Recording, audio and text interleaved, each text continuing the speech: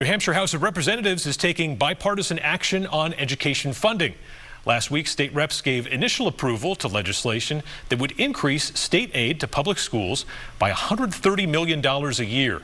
Of course, the per pupil cost of an adequate education is an almost eternal debate in Concord, and the subject is one of great contention presently between the judicial branch and the legislative branch. But for many reps, the question is not whether funding needs to increase, it's by how much.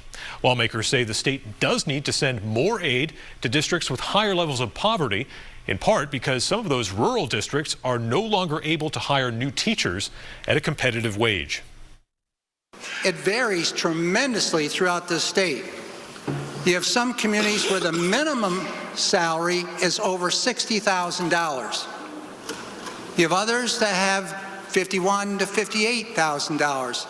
But then you have a few, not a few, quite a few, and I'm in one of those towns, and the people in the North Country generally are, where that salary is $31,000. Now, if you're a young person coming out of UNH, Keene, or Plymouth with a degree in teaching, and it's hard to find them now, seeing that many people are not wanting to go into the profession of teaching because there's no income there to support them in their daily life.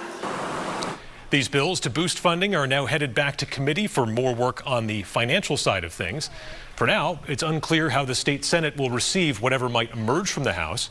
Senate President Jeb Bradley said at the beginning of the year a top priority this session is holding the line against what he called, quote, judicial overreach on education funding.